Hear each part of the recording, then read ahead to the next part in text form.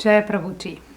Hello, welcome to the Retroprogressive Yoga Institute. My name is Swami Omkarananda.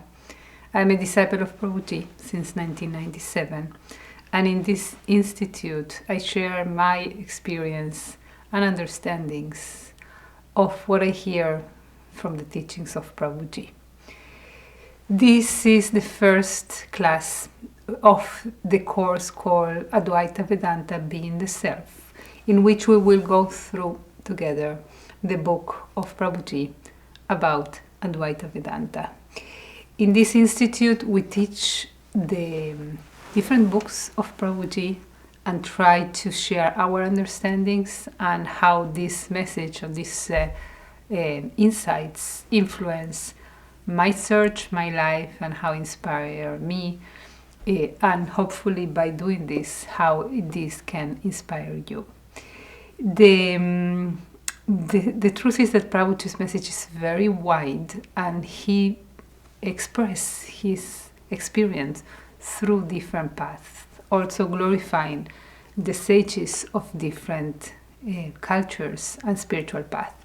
And Advaita Vedantas, the Vedantic rishis and the Swamis and enlightened beings of this path from all times are a big source of inspiration.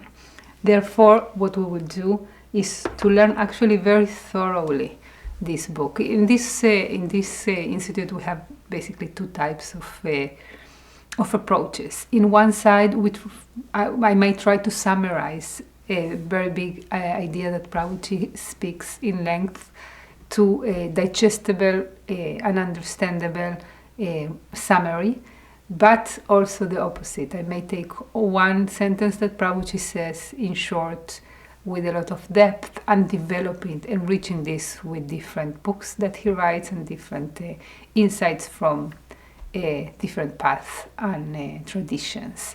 So we will see both of them. My purpose of doing this book is actually going through each and every page of the book together, but not in the way that the book is organized. There are other courses in this institute that go thoroughly chapter by chapter and walking through this book in a systematic way. But the way that I build this course is more by topics, by different sections in which we will take from different parts of this book and organize, conveying how Prabhuji explains the message of Advaita Vedanta in a more systematic way. That was my goal, and this is the way I studied it and the way I want to share this with you. So the material that we will include in this course is the book that if you want to go through these classes, I warmly recommend to get one of these books in the language that you can read it and walk through. Yet I will share the reading material in the website of our institute, and piece by piece I will be sharing the content that we discuss. We will enrich the classes with the writings of Prabhuji on the same topics from other books, and he wrote extensively about all the topics of non-dualism. And we will also share some of these lectures when it fits the topic. And of course, how Prabhuji glorified constantly and from all his heart the holy scriptures of the Vedanta, the Prasthana-traya, the Bhagavad Gita, the Brahma Sutras, and the Upanishads, of course, the jewel of the Vedic wisdom, and the commentaries of the different sages of the Vedantic Sampradayas, mainly Shankaracharya, his commentaries on these scriptures, and his own text which Prabhuji quote extensively during his pages, and also different Swamis, Acharyas, scholars that walk this path of the Vedanta in different times.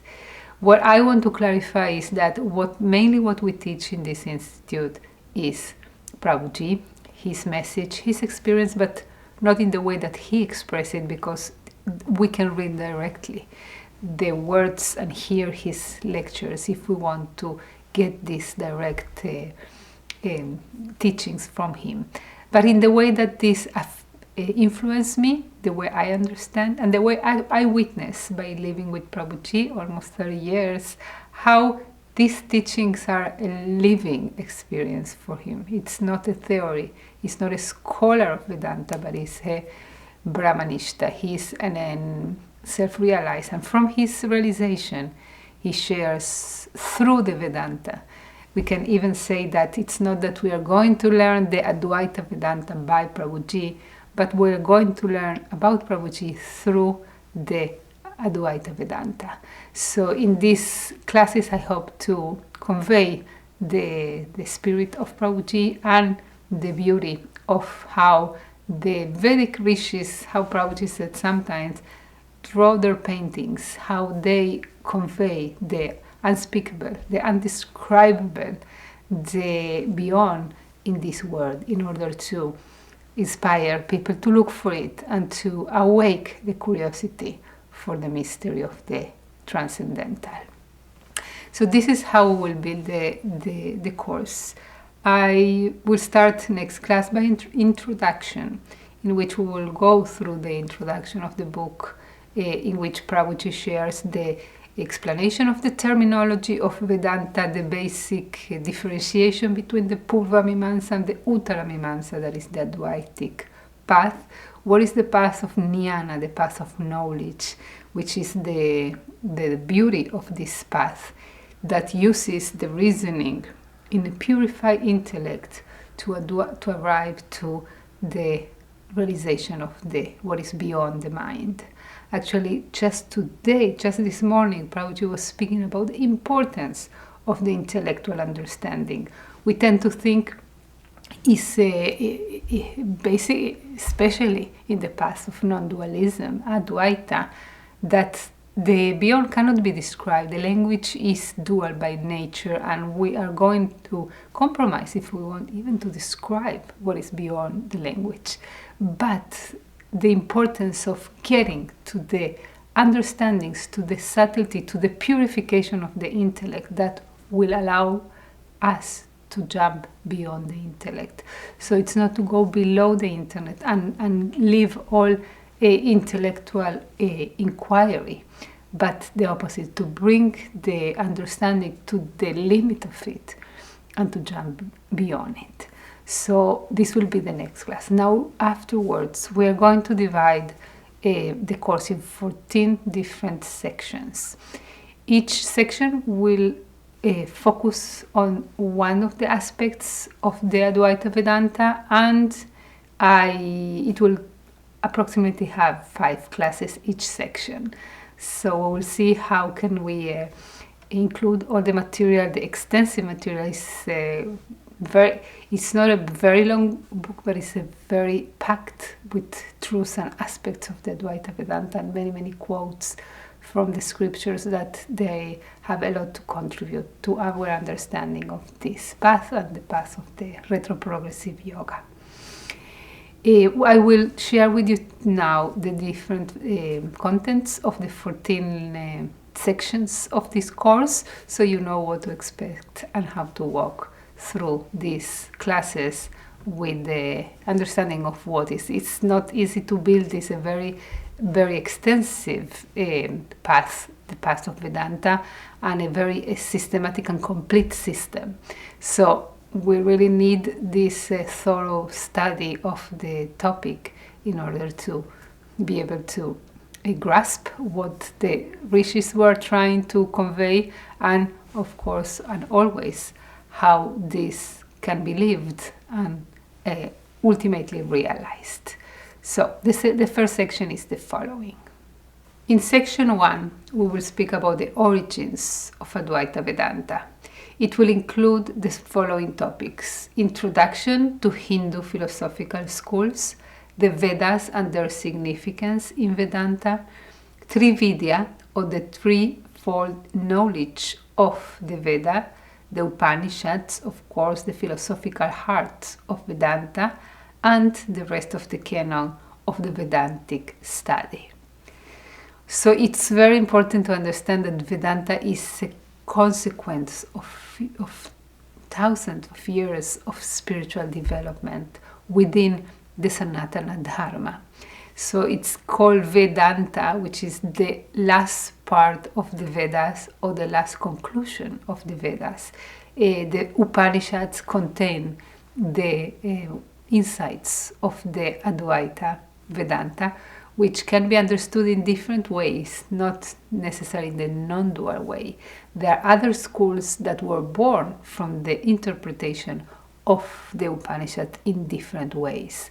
So in order to appreciate this particular path, we will have an overview of the other ways to approach the Upanishadic teachings and what was particular in the path of Advaita.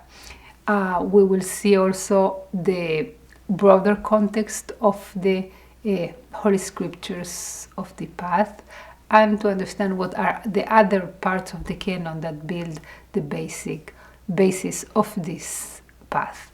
The Upanishads are the Jnana-kanda, the part of the Vedas that they are the focus. It's on knowledge, on inquiry, on reasoning, the path of the wisdom. So this is the path of liberation that we have the rituals, we have the karma kanda, we have the worship, the upasana kanda, and this is the part of the Upanishad that teach the path of knowledge. Of course, the Upanishads are full of insights conveyed in a very mysterious way. So the lack that we have to have commentaries from realized teachers, like we have the Ishavasya Upanishad of Prabhuji explaining the cryptic teachings behind the very mysterious words of the Upanishads, give us the ability to have a wider door to go through and to access the wisdom of the Upanishads. Section 2, Foundations of the Path of Knowledge. In this section, we will speak about the following topics: Jnāna-yoga, the path of wisdom and self-realization; foundation of Vedanta, Brahma Vidya and Yoga Vidya; the path of self-inquiry, Atma Vicharana; the disciplines in Vedanta, listening, Shravanam, reflecting, Mananam, meditating, Nididhyasana; and the Vedantic essence, Brahman is real, the universe is false or apparent, and the soul is Brahman itself. Because Advaita is so extensive and intense, I decided to start this journey by doing kind of tasting some of the essence of this path. Even though maybe it's premature in the beginning, it will be difficult for us without having a wider understanding of what is Brahman, what is Maya, but at least to start tasting some of the principles and the very unique principles of this path. So the basic is to understand that is the path of knowledge, and what Prabhuji explains, what do you mean by the path of knowledge to access reality. Then we will understand that there are two actually parallel yogas within this path of Jnāna-yoga. We have the Brahma Vidya and we have the Yoga Vidya. Brahma Vidya is to know Vidya, knowledge about Brahman, the ultimate reality, the consciousness, the unifying factor of all this apparent multiplicity. And then we have the path of the Yoga Vidya, the knowledge of the path of the union. Now, in order to be able to grasp and realize the knowledge that we learn in Brahma Vidya, we need to have also the openness, the attitude, the self-awareness, and the conditions that will allow and support and be conducive to the realization of this knowledge. So it's not enough to know in this path. Also, we need to prepare ourselves in the level of the body, in the level of the feelings, in the level of the mind. So for that, it offers the different yogas that will, although the path of Vedanta emphasizes again and again that self-realization is not a state to be achieved, and enlightenment is not a goal to be reached, but it is a path of recognition, of knowing that we are already sitting in the goal, that we are already awareness. It's just the matter of paying attention. So why we don't know? Because of ignorance, avidya. And Brahma vidya is to know about Brahma, because just by knowing we will pay attention.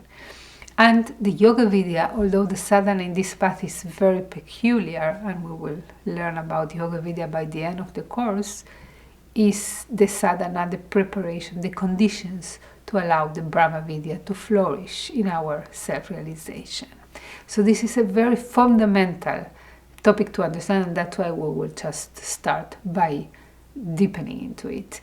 Then we have the Atma Vicharana, so central in the message of Prabhuji. Of course, it's all about Atma Vicharana, inquiring about Atma, about ourself, about our soul, about who we are. So it's the path of self-inquiry, and we need this attitude of self-inquiry to go with us along the study of the Vedantic truth. So that's why we will start by learning what all this knowledge and all this beautiful presentation and very systematic and complete system has to do with me. Atma Vicharana. Then the system of Vedanta, the classic system of Vedanta. First to listen, then to digest, mananam, and then to meditate, to make it part of us, to incorporate to our way, to our eyes, to our way to relate to the world, make it a realization. So because these two paths is what we can do together, we can listen, we can hear the Vedantic wishes, we can try to reflect, share our reflections, or I might share my reflections and you can take it from there and continue reflecting on these truths. This is not a ordinary knowledge. We are going to be exposed to the knowledge of the non-dual, which is definitely beyond the duality of our day-to-day understanding. So we need to refine our intellect in the way. In the Vedanta they speak a lot about the purified intellect, because a non-purified intellect cannot grasp these subtle truths. It's known that the path of Vedanta requires a purified intellect. I'm not speaking about a brilliant intellect, although it's very known that there were like brilliant intellects going to this path and building this system.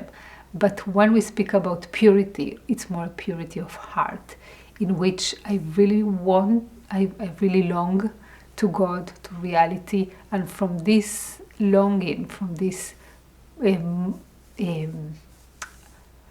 aspiration for moksha, from my state of mumukshutva, I aspire for this liberation. And this, there is no heart that doesn't inspire eventually to liberation, but depending in which level of awareness we are, we will recognize what really we want behind all our desires. So if we are too covered by our material desires, this will pass unknown. So it's a matter of purifying. And then the last point of this section will be the basic and sentence that summarize all the ontology and metaphysics of the Vedantic path, which is Brahma Satya, Jagat Mithyā, Jiva Brahmaiva Naparaha. In one sentence, we have the complete essence of the ontology of Vedanta. Brahma is truth, is reality. Jagat, mithyā, the world, the universe, the cosmos, is mithyā. Mithyā, we will dedicate the whole class to know what is mithyā. But mithyā is between false and real. It's not false, but it's not real. It's apparent, it's non-real. So the world is not as you might think it is through a regular sensory perception. So the world is false, the world is apparent, but ultimately, jiva brahmaiva na parha. There is no difference between the jiva and Brahman. You are Brahman, you are the divine, you are consciousness. It reminds me that when I entered first time the yoga center of Prabhuji, in his first center, I saw a sign in the reception room that said, you are the divine, and you forgot it. And I remember it so resonated with me, because like, who think I am the divine? God is somewhere. And then I said, yes, it's all about forgetfulness. I forgot. I don't know how could I forgot. I forgot. And the Vedanta speaks a lot about forgetfulness. And it's a matter of remembering. It's not a matter of learning or adding to our knowledge. It's not a matter of waiting and hoping, but it's a matter of remembering. And in order to remember, this knowledge of the Upanishad come to help us to remember what we forgot. So because of this summary, I decided to take and break down this sentence in different sections. So in the section number 3, we will focus on Brahma Satya. In the section next, Jagat, what is the word? Then mithyā, appearance. There is so much to talk about this mithyā concept of the Vedanta. And then jiva brahmaiva na parha. What is the jiva? So if we take every philosophy, and Vedanta is a very complete system of philosophy, but it's not a philosophy. It's a path of self-realization. It's a path of direct experience that is being expressed in philosophical terminology. So we will find that the basic pillars of every ontology needs to explain what is real, what is reality, what is God, or what is the creator, or what is the ultimate and transcendental reality. Every path will describe it differently. Then to explain what is the manifestation, what is the world, what is the cosmos, and then what are the individual beings, what is this awareness of the soul or of the entity, or every path will describe it differently. So we break it down in 4 sections, and in each section we will go deep in the following topics. Section 3, the ontology of Vedanta. What is reality? Brahma Satyam. The quest for truth and reality. Brahman as the ultimate reality. Nirguna Brahman, the qualityless absolute. Brahman as existence, consciousness, and bliss. And finally, cultivating awareness of Brahman. All these topics are thoroughly explained by Prabhuji in his book, and we will share from different parts in which Prabhuji engaged in this fascinating question. What is reality? We are looking for reality. Do we know what do we call reality? And this path, this particular path, called reality Brahman. So reality has a name, has a form. No. It's formless, it's non-dual. So what exactly is? How we can describe it? So Prabhuji will share many of these topics and we will study them together. In section 4, we continue studying the ontology of Vedanta, and we will focus on Jagat. What is the word? The word is Saguna Brahman, Brahman as the universe. We will speak about what is the manifested and unmanifested realities. We will engage in understanding the 3 levels of reality in Vedanta and the 5 factors of the objective universe.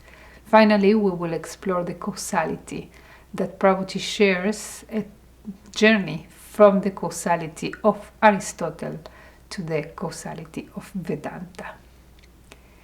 So every ontology, a complete system, needs to explain what is the word, what is the names and forms that we see, and Vedanta has the way to explaining as the Saguna Brahman, or Brahman with attributes, which is a deep topic to engage. And then we will learn more about the different ways that different levels of reality, because non-dual path is a path to see only one reality underlying everything. But yet, the Advaita recognizes 3 levels of reality. So the approach is not that this is totally non-existent, but it's a non-real existence. So Prabhuji explains it very well in his book, and we will study this together. Finally, every complete system needs to have an explanation of the causality. What is the origin? What is the cause? What cause precede the effect, or the effect precede the cause? And Aristotle has very known in the Western philosophy, he states a system of different causes that Prabhuji points out in his chapter, and we will see how the Advaita Vedanta explains causality. In section 5, we continue studying the ontology of Vedanta, and this time we'll focus on the word is non-real, Jagat mithyā. So understanding mithyā, the non-real, the substrate, the appearance, and the superimposition, according to Vedanta. What is Maya, the veil of illusion? What is perception and reality, a scientific analysis? And finally, transcending illusion, the Vedantic way. So, Maya is one of the most difficult aspects to understand from the path. Is so central that the detractors of this path call the Vedantis Mayavadis, the Vada, the path of Maya, because they bring this explanation of how do we see multiplicity by the veil of illusion. So what is this illusion? Ontologically, what is this illusion? What is this state of mithyā? If something is either true or false, how can something be non-false but non-true, non-real, in between truth and falseness? Very fascinating way to explain, as Prabhuji may said, to paint the painting of the transcendental with the colors of the word. So we will study how these rishis convey and the path for us, how we can transcend what is illusionary in us and meet the truth, realize the truth, become the truth. And finally, in section number 6, the last section of the ontology of Vedanta, we will focus on what is the soul, the nature of Atman, universal and individual soul, the jiva, the living entity, understanding the subtle astral body and prana, navigating the 4 states of consciousness, and finally Jivan Mukta, the liberated being in life. So ultimately, we want to understand what is our individualized experience, localized consciousness, and what, according to the Jiva Brahmaiva Naparaha, we are not different from Brahman, even Atma. The word that it's used for the soul is not really the soul, it's the awareness in the soul, is the Brahman. So Atma can be the soul or can be Brahman, the same word.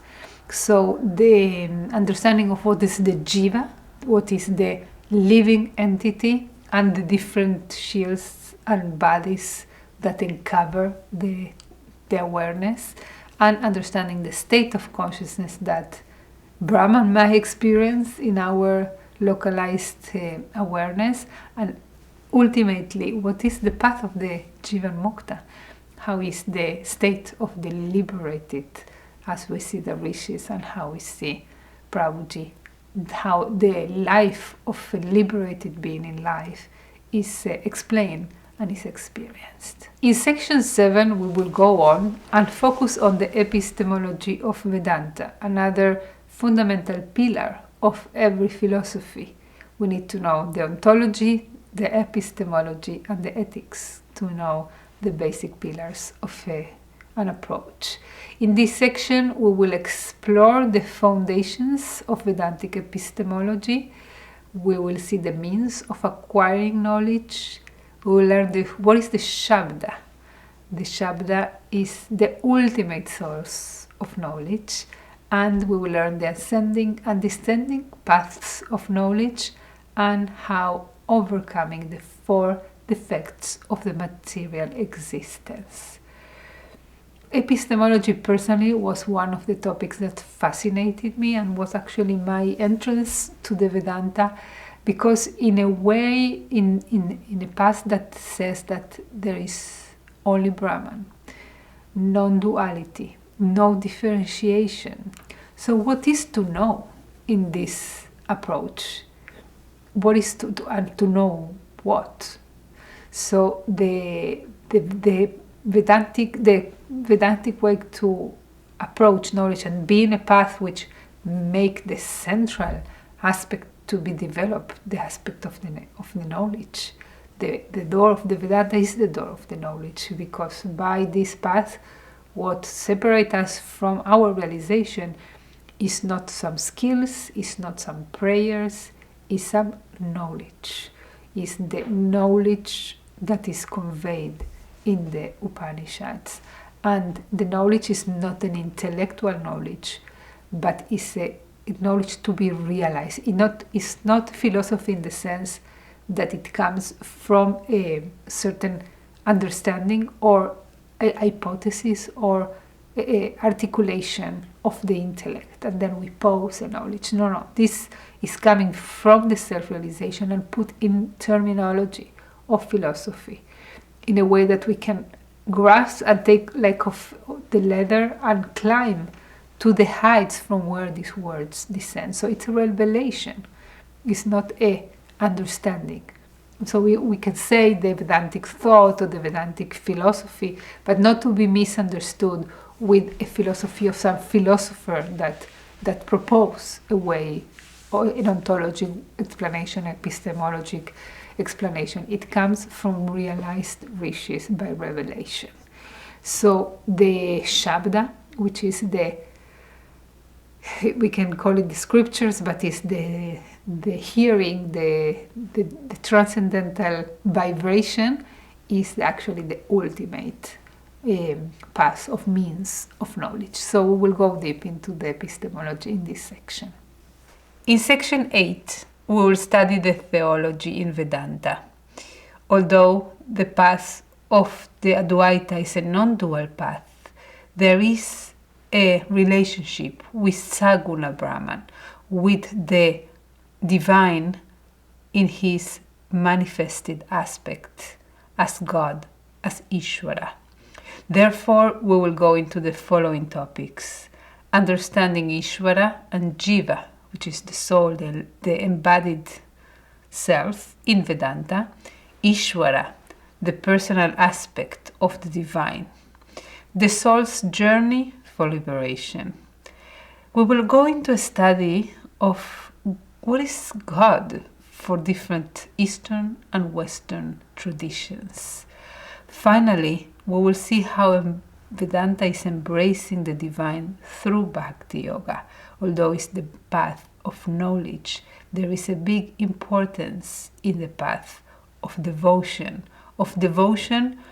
to an aspect of Brahma that we can relate, because we did assign attributes that allow us to relate in some way or another and to develop a relationship until ultimately disappear in what Prabhuji calls the para-bhakti, or this devotion that is so intense that the lover disappears in the beloved.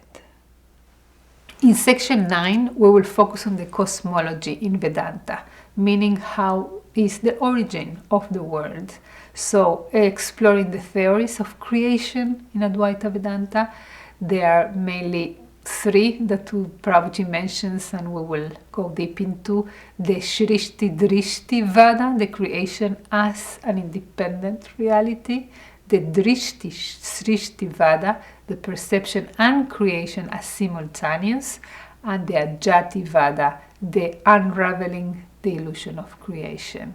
We will also perform a comparative study of creation as explained in different theories, in different traditions, in the modern understanding of what is creation and how we can get insights from the way of cosmology explained in Vedanta.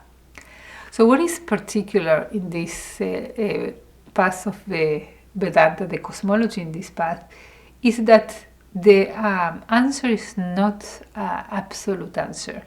It will depend how much the seeker can grasp subtle truths.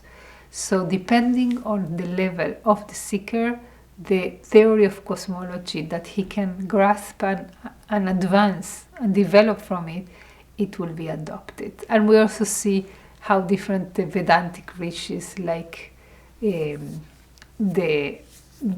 Vedantic different generations of masters, will approach the same topic of cosmology from a different angle.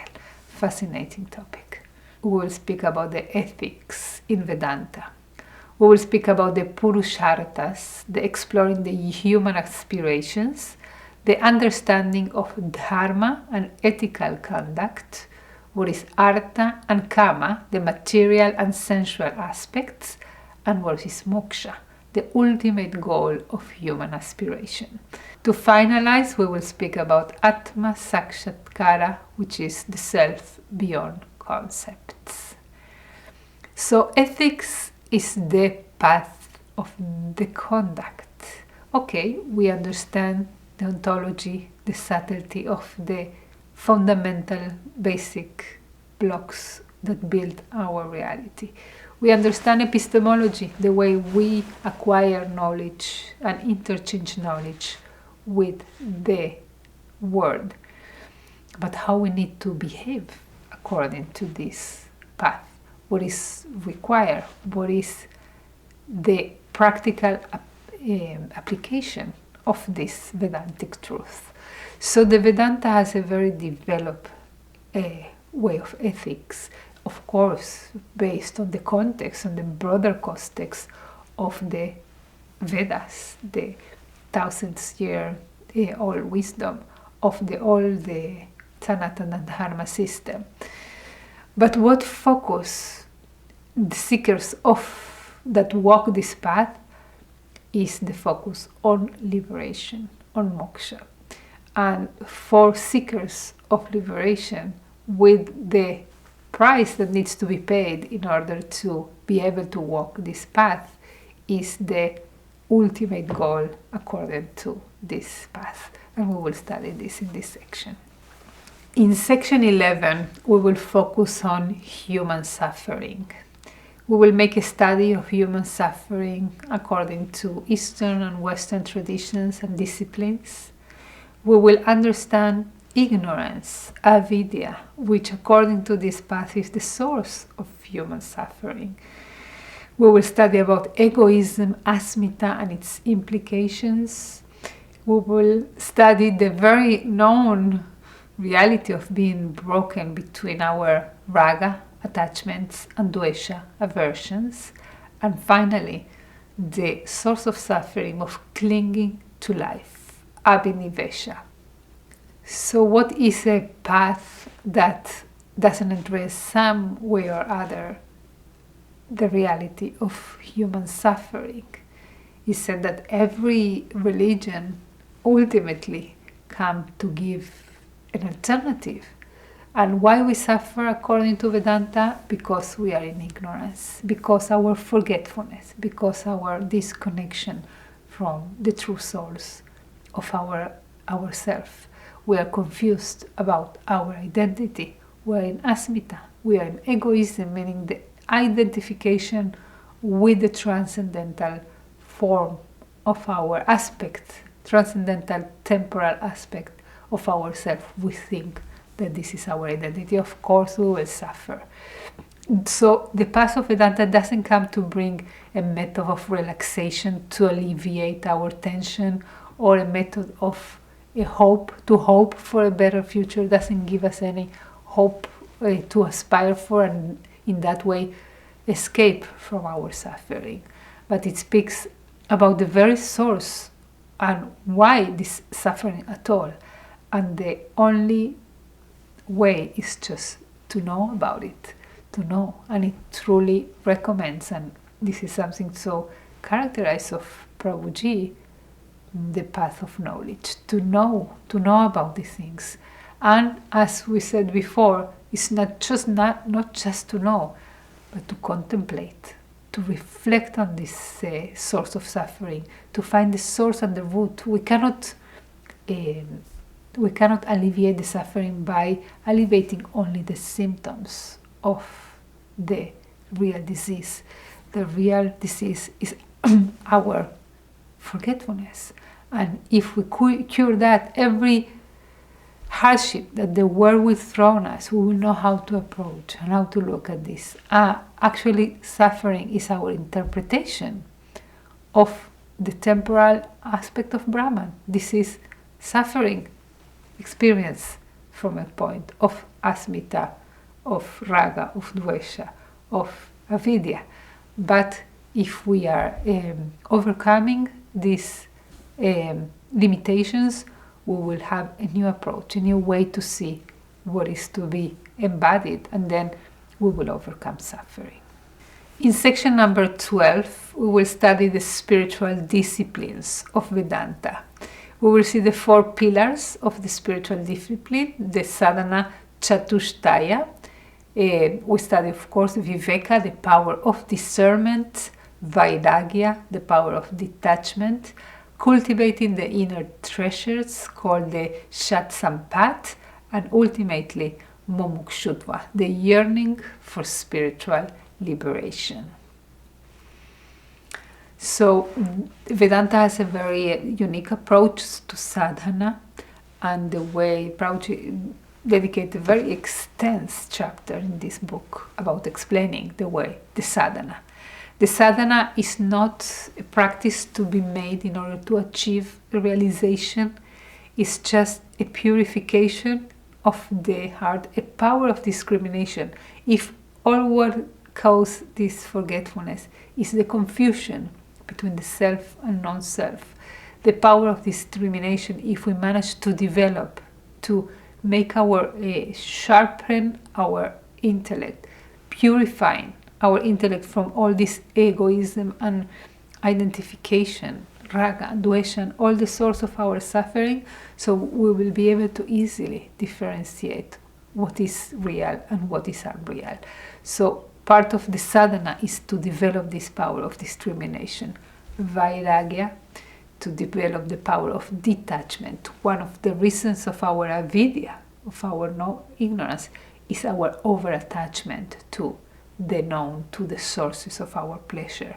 So without developing some kind of vairagya out of understanding, not out of repression, not out of discipline, but out of understanding, so we will be able to purify our intellect just to be able to grasp the subtle truths of the Upanishads. And the inner treasures, the qualities that we need to develop to have a conducive situation. This is the part of the yoga vidya that we talked before, that we need the practical way to make ourselves ready for the realization. We cannot bring the realization, the self reveal itself only to those who the self chooses.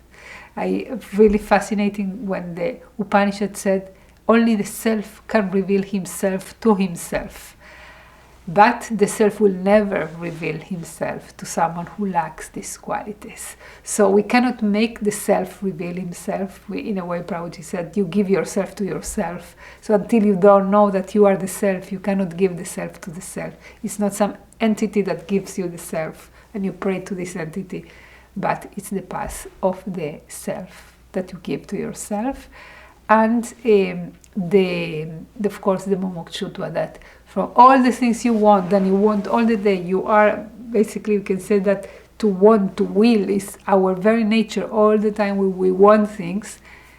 If we focus all this aspiration just for liberation, so that we are ready for the revelation. In the section 13, we will speak about the Vedantic path of self-realization. Here we will discuss what is to go beyond thinking, wisdom as consciousness, the guru-disciple relationship in Vedanta, so central, and the Mahavakyas, the 4 steps of spiritual ascension. Finally, we will talk about solitude, a path of self-discovery, and the section of the book that finalized the book, Only Reality Is. This section will include important aspects of the path. Prabhuji has a fascinating way to explain the Mahavakyas. Mahavakyas are the Vedantic sayings that summarize all the truths conveyed in the Vedanta, and he explains how there are actually steps. Every realization is a step in our path to the unity. And then he speaks by the end, the epilogue of the book, about the state of solitude, how we need this aloneness in order to find our true nature.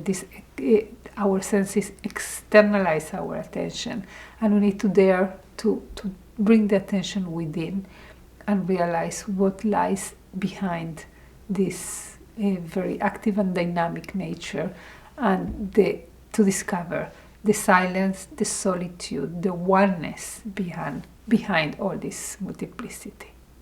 In the final section of the book, we will speak about consciousness, and we will go through the ancient Vedanta and the modern disciplines. The topics that we treat will be consciousness in Vedanta and neuroscience, perception, experience and reality according to Vedanta and psychology, self-identity in Vedanta and Western philosophy, the nature of reality, where Vedanta meets physics, and consciousness, the path of self-realization. Vedanta, since ever, spoke about consciousness, and that actually the underlying fundamental reality of all is awareness, consciousness. Now, this topic sounds like metaphysical, even mystical, but nowadays, in the modern human search for truth, through the means of science, through the means of psychology, physics, quantum physics, neuroscience, more and more they are discovering the depth of the mystery. And although in our human arrogance we think that we will be able to understand, the more we go deep into the exploration, the more we find the wall of the unreachable. Therefore, the topic of consciousness is becoming a modern approach to a very ancient topic, in which we start evaluating. We can explain many things, we can advance technologically, we can even manage to conquer and discover the rules of nature and manipulate them. But yet, the mystery of what is this awareness is hidden. So it will be very fascinating to make certain comparative studies, seeing what Vedanta has to say and contribute, and what the modern efforts to discover consciousness they are. So we will conclude the lesson by that.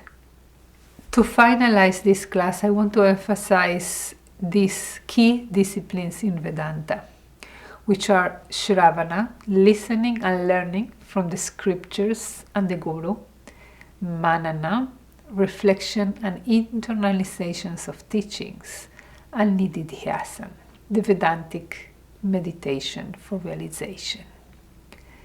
So if we say what is the system, what is the path of Vedanta, Shravanam, Mananam, Nididhyasana.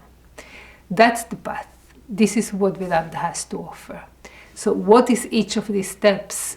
It's a whole world for us to discover. But we start by Shravanam, listening. We listen from the lips of the Guru. We listen from the Vedantic rishis in the scriptures.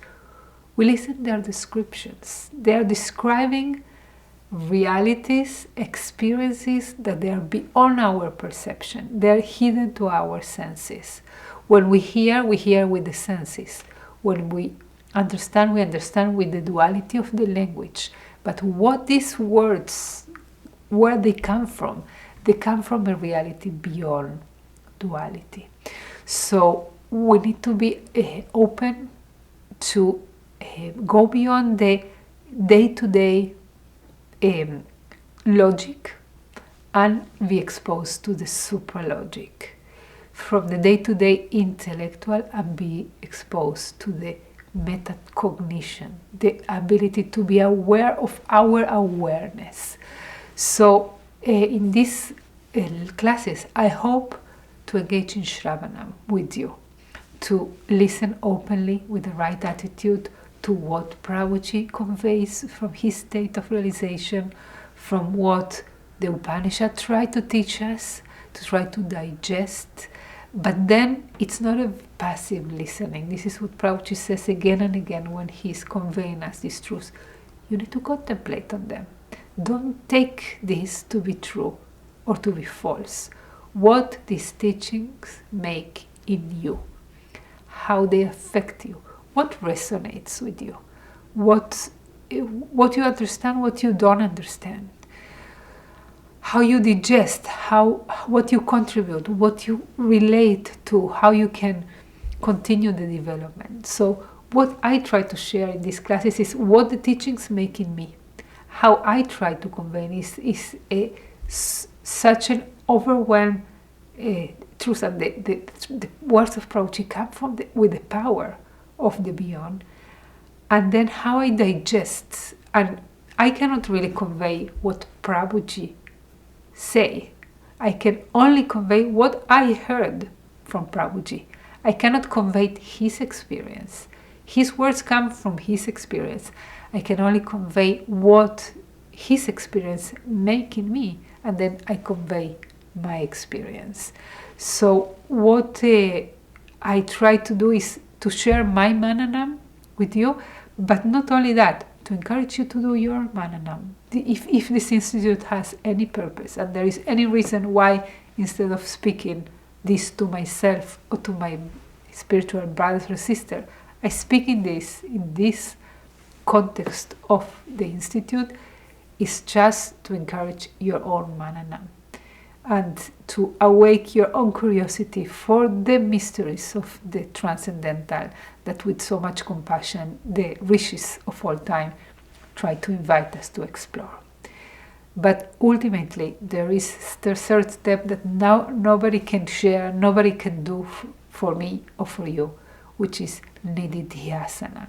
Nididhyasana is the meditation, is the application of this truth to my awareness, to my behavior, to my life, to live, to be the living example of these teachings, not to leave it in the... And this is what makes all the difference with any philosophy. Philosophy of Vedanta is very sophisticated, complete, and philosophical system. But that's not enough. We need to realize it needs to be our realization, our revelation, and for that is the path of meditation. So that will be the methodology that we use through the course. We will go through hearing, we will try to mananam, to interpret, and then we will stay. We will stay with these teachings and try to live them, to digest them, to apply them. And this only you can do, only I can do. And hopefully all this course will inspire us just to go for it. So the challenge that I leave you is to hearing openly, to be engaged, intellectually engaged in understanding. Those will be subtle truths, will be challenging at times. I will try to make it digestible part by part, and ultimately let's awake the curiosity in us for the self-realization. This is all about the message of Prabhuji, the retroprogressive yoga, and my attempt to share my own path, my own way to walk this path with you. So thank you, Prabhuji, for the opportunity to share your book with others, and for writing these books and putting so clear the Vedantic insights. So we will meet in the first class, in the opening class for this course. Thank you for being with me. Jaya Prabhuji.